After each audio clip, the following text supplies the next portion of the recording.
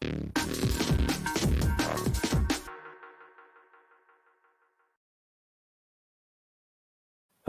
and welcome to the Gooner Talk, back again with you guys for another show, for another episode of our Let's Talk Arsenal series, our show in which we just have a chat basically about the ongoings at Arsenal, try to make sense of the chaos, of course. And I'm joined today by Chris Carpenter from A Bergkamp Wonderland and the host of French Football Weekly as well, to talk about a very interesting topic. How you doing, mate? Are you good? Are you well? I'm good, mate. Yeah. Apologies. I've just noticed my background looks like I've kind of robbed a tramp. There's just clothes everywhere. That's the only way you can dry sweaty running gear, as you probably know yourself. So apologies, I haven't got the biggest place in the world. How's the running go? I've only recently kind of got into it, to be honest. I've been trying to do like 2 5Ks a week, and I missed a week last week, and because of just 2 things: 1, laziness, and 2, just stuff going on. And trying to get back into getting your time back after missing a week is a killer. Like, it's really, really horrible. Yes. How you're it really is, mate. I've seen some of your runs are insane. It's just habit, mate. That's all it is. It's just I find it's just like you say, life gets in the way sometimes. You feel lazy sometimes. Sometimes it's too hot, sometimes it's too cold. It's kind of all about that. Finish work, just go straight out. The minute you sit down, it's just game over. But yeah, I'm getting there, mate. I'm getting there. I'm not getting any younger, so I've got to try and keep the pounds off. And using a sweat vest at the moment, and that's not a pleasant experience when you get home. Yeah, a friend of mine does it with cling film, and oh god, yeah, no, ridiculous. That's brutal. Yeah, very, very much so. Anyway, we are here, of course, to talk about William Saliba and Arsenal. I do want to touch on some other things that kind of link into it as well, but kind of the news that broke this week was that he's effectively considering his options, is what we've heard, and he's considering what he wants to do. And we also heard this week that he's been called up for the Olympics. I mean, for a player that's not rated too highly by our coach, to be called up for another kind of competition in the Olympics is great. But what, in general, if we focus it on more generally, and then we'll go into more specifics, how do you feel about the handling of Saliba? And how do you feel about him as kind of a player and a person, and if he's worthy of this kind of treatment, I suppose? Yeah, well, there's kind of 2 trains of thought on this one. So one is with my kind of French football fanism hat on, and one is with the French football hat off. I think just in terms of how we treated the player as a man, and as a human being, I don't think it's been great. And there's a variety of reasons I think that's been done. I don't think all of them are down to Mikel Arteta or indeed Arsenal. I wonder, and this is purely me speculating, this is allegedly, or whatever we want to do to cover ourselves, this is not based on fact. I do wonder if some of the Raul Sanllehi fallout, if you will, has got something to do with this, in that Arteta seems very sort of driven into not using players that are not his own, but specifically the players that came in under Sanllehi, it seems like, other than Pepe, which I guess it would be even more of a weird thing if we weren't even using a £72 million player. But I wonder if something went on with the Saliba deal. That's kind of where I'm at in that regards. I just wonder if maybe there were some payments that haven't been disclosed, and we're trying to sort of shovel him out because we don't want to have to deal with that if it ever gets out. That's my conspiracy theory. As far as how we've treated him as a man, I don't think it's good. I mean, this is a player that we brought in and we bigged up. We were all over the social media side of it. We made a big deal out of his journey over on the plane, and how we got essentially potentially the next Rafa Varane. I think he was in the crowd, wasn't he? Was it Watford? I seem to remember that horrible day. We really bigged him up, and rightly so, because for me, we'll probably come on to his talents, but the talent is there. And then we just kind of mistreated him. We weren't honest with him. There was the talk that he had a horrendous game against Villa in pre-season. I mean, newsflash, that happens. I've seen players arguably better than Saliba. I mean, I remember Thierry Henry having an absolute shocker in a pre-season years back, and that was, I think, 2 seasons after we'd signed him. And I thought, does he even actually want to be here? Players have bad pre-season games, but that was the talk of why that happened. And then we seem to just not invest in him. We shipped him out on loan, obviously, last season. There was the talk that about the French Cup final. Just from a human aspect, I just don't think we were great. And there is still some talk now, talk that I believe certainly that he's just not been informed of what's going on with Arsenal, and I feel for the guy. And then from a business standpoint, also that's got to be questioned, because if we sold him tomorrow, we're not getting anywhere near the 27 million quid we paid for him, even if it is over staggered payments. We've signed a player who clearly a lot of Europe would probably fancy, but they aren't going to pay what we've paid for him. So the whole thing to me it's a bit fishy, and it's a big mess, really. Yeah, it really. I mean, if he leaves without stepping foot on a pitch for the first team, it is one of the biggest signs to me that it's clear that something has gone on that's very dodgy. Would probably linked to our old head of football, unfortunately, who is worthy of an entire pod in himself. Focusing on him as a player, then obviously he spent time with the under-23s at the start of last season, and then went off on loan with Nice. And in that time, in the first month, a lot of the focus was on what he was saying, because he did a lot of interviews. He did about 3, I think, maybe even 4. And I know they're contracted. I know that players have to do these media kind of responsibilities and stuff. But he was obviously questioned on the Arsenal situation, and there were some things he didn't really pull many punches on in regards to how he felt he was perceived, which I have sympathy for. But then my other kind of, if I'm looking at it from a balanced perspective, the against argument would be, look, if you're trying to get in the manager's good graces, just get on with your football, crack down, and just sort yourself out. On the other side, it's saying, I bet you're bloody frustrated that you've not been given a chance at the club. And obviously, if you're asked on that, it's an opportunity to kind of get that frustration out, especially if what we can basically assume from all this is that the communication between the club and its players during this last year has been pretty terrible. And you look at the Maitland-Niles interview as evidence of that. And I want to know kind of how he's been for Nice, because I've seen little fits and spurts, and I've obviously spoken to Jeremy Smith, and we covered what his first kind of month at the club was like in a little bit of more tactical depth. But overall, for someone who's been called up for the Olympic squad and was in the Liga team of the season despite being there for just 6 months, how have you kind of perceived him to be in that Nice loan? Just everything I thought he was going to be at Arsenal, to be perfectly honest. He's the kind of defender that he's what you would call the modern defender. Used the comparison earlier on about the Rafa Varane thing. Let's make no bones about it. He's not there yet. He's definitely not at that level. But I would argue that he's probably at the level that Varane was at the same age or the same development. He's a player who he leads by example. I wouldn't describe him as hugely vocal. I mean, don't get me wrong, he does organise, but he's more one of those players that in the way he plays and the way he brings the ball out of defence and the way he moves the ball, it sets the tone for the players around him. The other thing that I think a lot of people have overlooked, I would imagine Jez might have mentioned this as well, the partnership that he's formed with Jean-Claude Todibo, who you might know a bit about when he went to Barcelona, a former Toulouse player. It hasn't worked out at Barca, but he isn't the first, and he won't be the last to get a big move there and it not work out. Not but right now. Maybe now he'd get a game. But he's 20, I want to say 2021. I'll check that in a minute. But he's certainly young 20s. So there you've got the argument of, he's not experienced, he's young, you can't risk playing 2 young centre-halves together. Now, granted, I know some people will immediately be pointing at the screen going, but it's a farmers league. Insert, here we go. League. Yeah, that's the one. But nevertheless, this isn't this isn't, no offence, this isn't the Irish league, this isn't the Scottish league, this isn't, Liga, like third La Liga or third Bundesliga. This is Liga, one of the big 5 leagues in Europe. It's also a league where obviously we've seen Lille pit PSG this season, so it's not a one-team league. He transformed that defence alongside Saliba, of course, and his presence, the way he trained, he got straight into the team. Okay, he's a bit of a marquee signing, so it would have been unusual for him to not get in. But normally you see like a bit of a transition, a month or 2, he comes off the bench. He went straight into that team. And in a Nice side that at the time, they were in free fall. They were in big trouble. That obviously Patrick Vieira left halfway through the season. They had a very inexperienced coach that nobody really knew a lot about. He came into that side and alongside Todibo transformed their, not just their defensive style, but their ability to start from the back and move the ball quickly into midfield.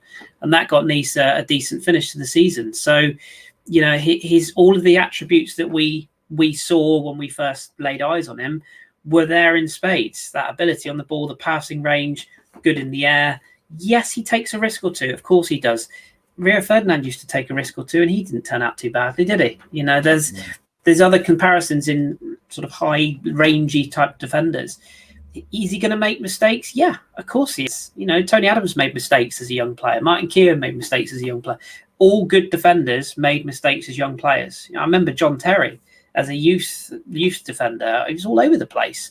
And, you know, off the pitch aside, he turned out to be a fantastic centre-back. So Nice-wise, no issues. His training was good. His attitude was good. Two other things that have been levelled at him at Arsenal. It smacks of something that we don't know about, to me, and that's the bit that really concerns me, I think.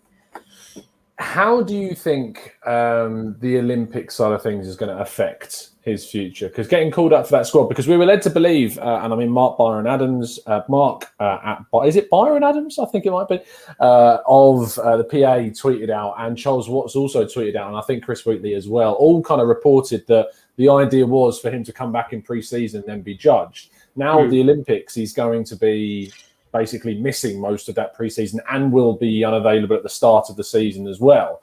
Yeah. How much of an impact because for me, there's two schools of thought. One is he won't obviously be playing in pre-season, so he can't get judged the same way that he would have done if he wasn't playing, and he'll miss those first few games. The other is that will this possibly affect the chances of him even leaving the club, because he's going to be away with the Olympic side, and maybe actually it'll force the situation where he'll have to be in the Arsenal team for at least the first 6 months again. How do you think this is going to affect his short-term future at the club? Kind of read my mind, really, because I was thinking exactly the same lines. You know, it doesn't eliminate a transfer, of course, but any club that is looking to gather, like the clubs he's been linked to go on a second loan, for example, or a third loan as it would be now. I think there's a couple in the Premier League. I think Newcastle were mentioned. I think there was another Premier League club, wasn't there? But Marseille had been mentioned.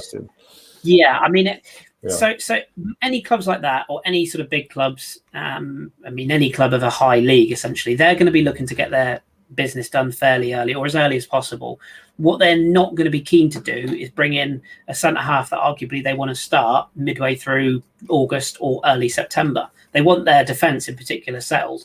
So that's going to put off potential loans or indeed signings.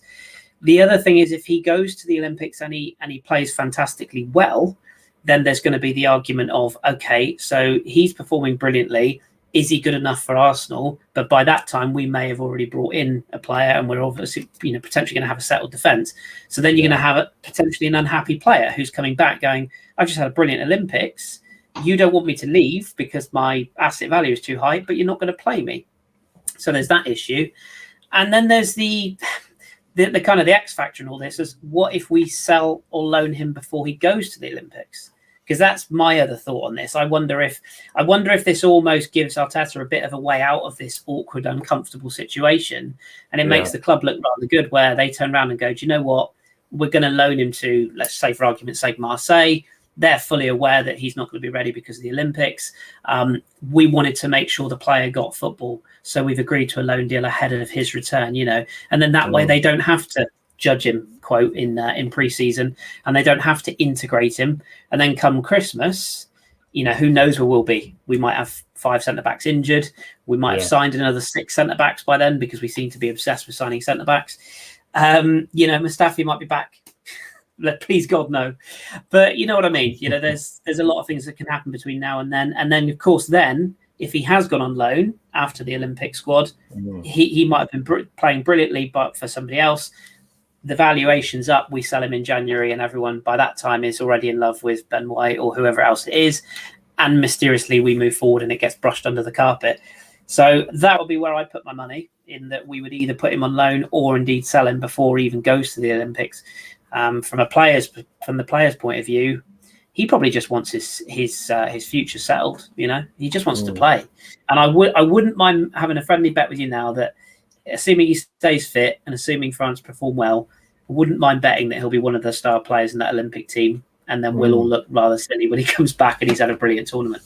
Well, there are some interesting picks in that side. I mean, Camavinga's going, Yeah. and that'll be one to watch as well. But I was looking at the dates there while you were speaking. The tournament kind of kicks off. I think it's the 21st of July, which is weird because it's actually before the official Olympics start. Yeah. The big start on the 23rd, but the actual group stages start for the football on the 21st, as far as I'm aware. Arsenal's first pre-season game is actually on the 13th of July. So I don't know when they have to join up. That's going to be the big thing. I don't know when because obviously for the Euros it was well ahead of the Euros starting. It was like the end of May kind of period. But I don't know if they have to join up more than a week prior. Obviously, it's quite a way out. They're going to Tokyo, etc.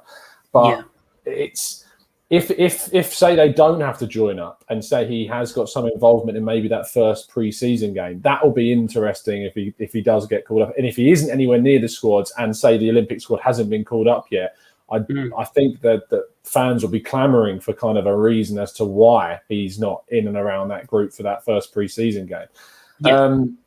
Interestingly, you mentioned Ben White, and obviously he very much looks to be kind of a centre-back that we're going to be going for. Now, I didn't genuinely, if I was a betting man, and I'm not, at the start of the window saying, would have Arsenal gone for a £50 million centre-back during this window, I would have been absolutely shocked.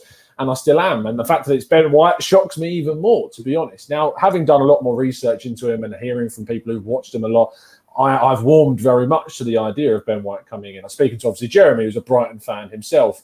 His words were to me that he thinks Ben White has got world-class potential, but he doesn't see him having any more potential or any less potential than Saliba. And so for that instance, it makes a little bit of a weird scenario. Do you think that Saliba will have looked at Arsenal going out, and obviously after losing David Luiz, Mavropanos is also gone? Do you think he would have looked at Arsenal going out to sign a 50 million centre-back and going, well, what is the point? Like how am I going to get into this team when you're spending that amount of money on a defender? Yeah, this comes back to the human element, doesn't it? Because if you're William Saliba and you're a young French kid, you've taken not only have you taken a massive decision to move countries, you've gone not just to England, but you've gone to London. So the biggest city, all the glitz and glamour. You've got a lot of focus on you. You've joined the biggest club in London. It's just facts. Chelsea fans, deal with it. And you've got all this attention on you, and you've got this massive price tag. So and you're thinking, I just want to impress, etc. And then you've been treated the way he's been treated for 2 years. Yeah, you're probably going to be looking at this thinking, hang on a minute, this was the one summer where I was probably going to get a chance, and now I'm probably not. And my other issue, I think, if I'm Saliba, is I'm looking at it thinking, Arsenal seem to be going down the Arsene Wenger train of let's go British, let's get the British core back together, Dad's Army sort of style.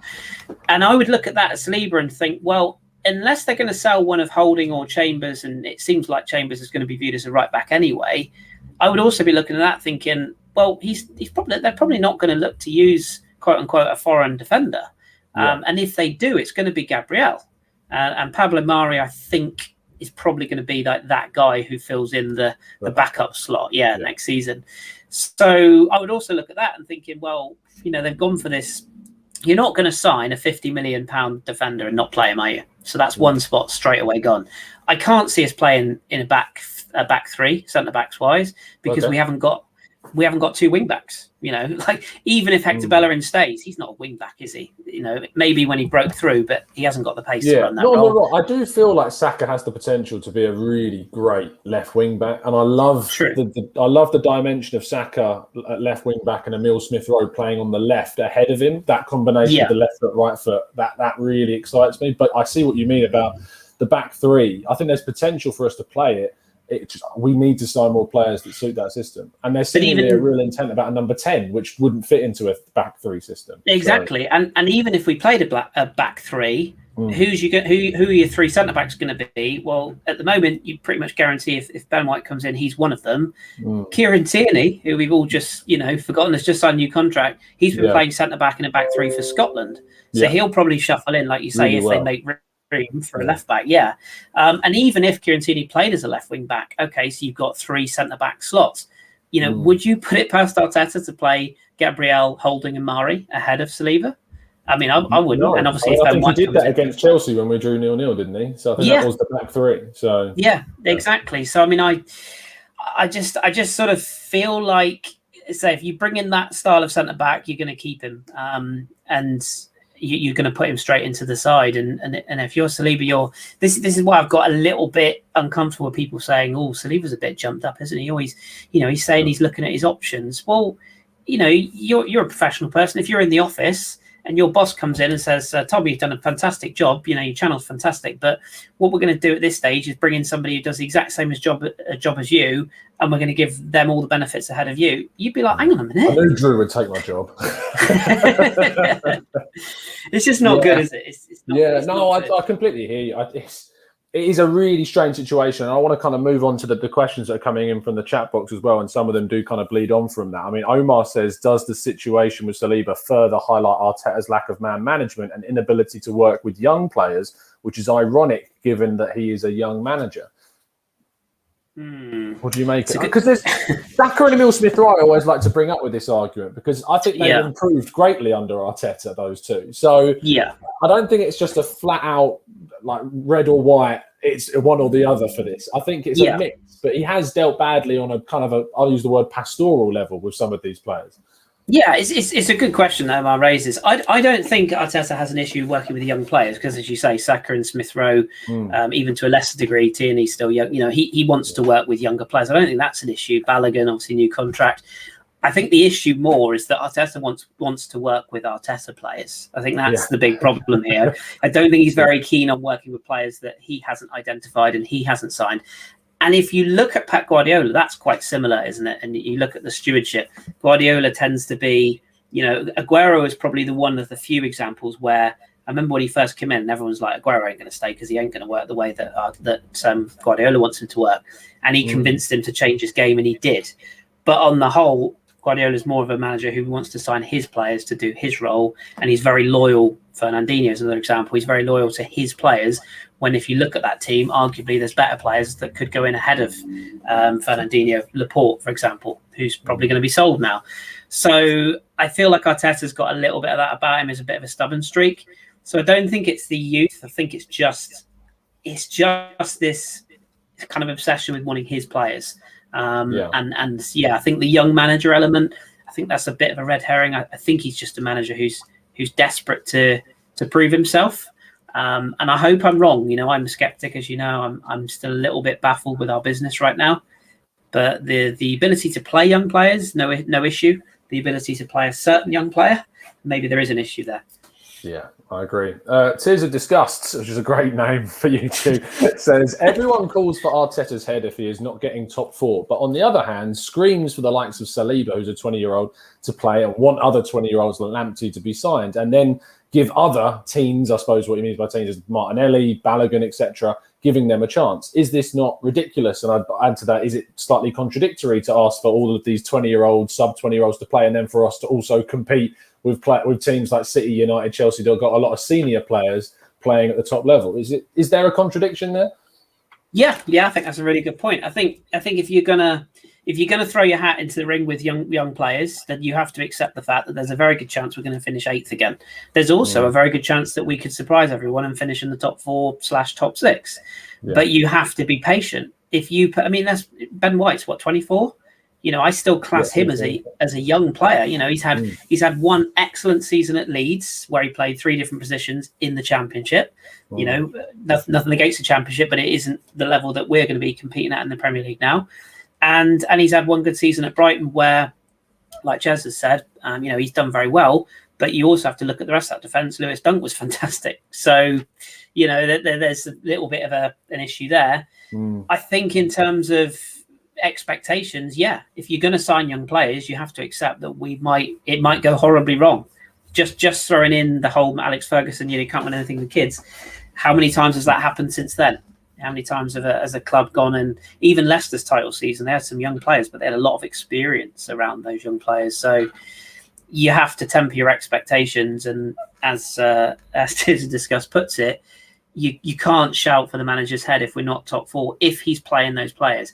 If, however, he goes out and signs, players who are established Premier League players, which I would class Ben White as, then there is a level of expectation, because you can't spend 50/100/150 million and finish 8th. I just don't think you can do that. No, I agree. I think that it comes down to the point of finding the balance in your team. And at times I felt like that maybe is why he stuck with players like Willian rather than giving someone like Reece Nelson a chance, because he wanted to balance the experience. But the problem is that the experienced player that he was using was Willian. So that was kind of the issue at the time. And it does bleed into these issues with other young players. And there were some interesting questions about, say, if we kept Saliba, who would his partner be? I'll try and find the question while you're answering it. But if, say, we buy White, do you pair him with White and play Saliba on the left? Because he did play to the left of Todibo at Nice. He's played on the left of a back three before at Saint Etienne. So there is that side of things. Or would you partner him with Gabriel and say, look, play him on the right, and then, or would you go for the back three with those? How would you kind of structure that defence with Saliba in it? It's a tough one, because you can make or break a player of Saliba's age by throwing him in at the deep end. It's actually kind of a shame that a David Luiz type character isn't there. Like, if for argument's sake, David Luiz is probably a bad example because he can be a little bit nuts.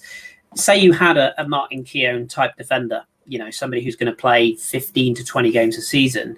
You would put him in alongside potentially two youngsters in a back three. You had that guiding player, or a Sol Campbell, to use a more relevant or more recent example. I don't think you could go with Saliba and White, for example. I think you'd have to have Holding is an experienced player now, isn't he, really? So I think you'd have to have one of Mari or Holding plus Saliba, or plus two defenders alongside him, because The trouble is, if you shove him in from the start, there's a lot of fans who are behind Saliba, who, the nicest possible way, haven't really ever seen him play. It's all about the hype, and they just want to see somebody young and fresh. If you put him in opening game of the season and he drops one, those fans are going to turn. You know what our fan base is like. Those fans are going to turn quick time. So you can't hang him out to dry. You have to introduce him gradually. And that's why it's a shame that we don't have European football, because those Europa games would have been ideal. I think you would have to blood him gently. And as for his partner, for me, you'd have to play him in a back three, I think, at least until you knew that he was commanding and was comfortable in that environment. Premier League's a lot different. Gabriel started brilliantly, didn't he? And then, he had a lot of, I know he had COVID and everything, but, he definitely dropped off with the pace of the league. Yeah, I think there was also a lot to do with the fact that a lot was put on him at the start for the whole season. But he was kind of expected to be a transformative figure as a 22-year-old centre-back coming in, which for a 22... I mean, if you look across the league, and people often use Fofana as an example of why don't we give Saliba more chances. And I think that there is some credibility to that argument, because you look, obviously, they played in the same team. Some people even rated Saliba at the time as a more kind of developed further along the line than Fofana at the time as well, which is fair enough. But the issue is that if you actually look across the league, it is very rare to find a player of that age playing in that position and being kind of the focal key defender of that team. It's not a regular occurrence. You look at the top teams in the league, and you look at City and you go, they've got the likes of Ruben Diaz and Stones playing together. You look at United, they bring in Maguire to play alongside either Lindelof or Bailly, who are more experienced now. You look at Chelsea, then playing obviously the likes of Rudiger, etc. Thiago Silva coming in and being great for them and helping them to a Champions League victory. It is not a common occurrence to see such a young defender come in. So to pair Gabriel with Saliba, sure, you've got a pair of defenders that are going to develop and last you a long time, but you're not necessarily going to get top performances from them each week, because they are still in need of great kind of amounts of development still to go. And that's why for me it is still concerning that David Luiz is gone, because we've lost a very experienced figurehead in that side. You've lost Socrates, you've lost Mustafi. The oldest defender we've got is now Marie, who's not a starter. The next is Holding, who's 25, and while he played a lot of football, that's not an old or mature player at 25 still. It's still someone who's got years to reach their prime. So, and really quickly on Fofana as well, his partner, for most of the season, Johnny Evans. And Soyuncu, exactly. That's the other one. And Soyuncu, whilst I think he's still actually quite young, isn't he? Yeah. But he's a really big presence. He's a very vocal. He's a very old-fashioned. He's older than I thought. He's 25. I thought he was younger than that. Yeah. So there you go. But his style of play is rough and tumble. Fofana hasn't been thrown in alongside another kid from the Leicester Academy. He's gone in and he's performed well, and that's why if you'd have had Saliba alongside an experienced defender, you might have got the same results with us using him.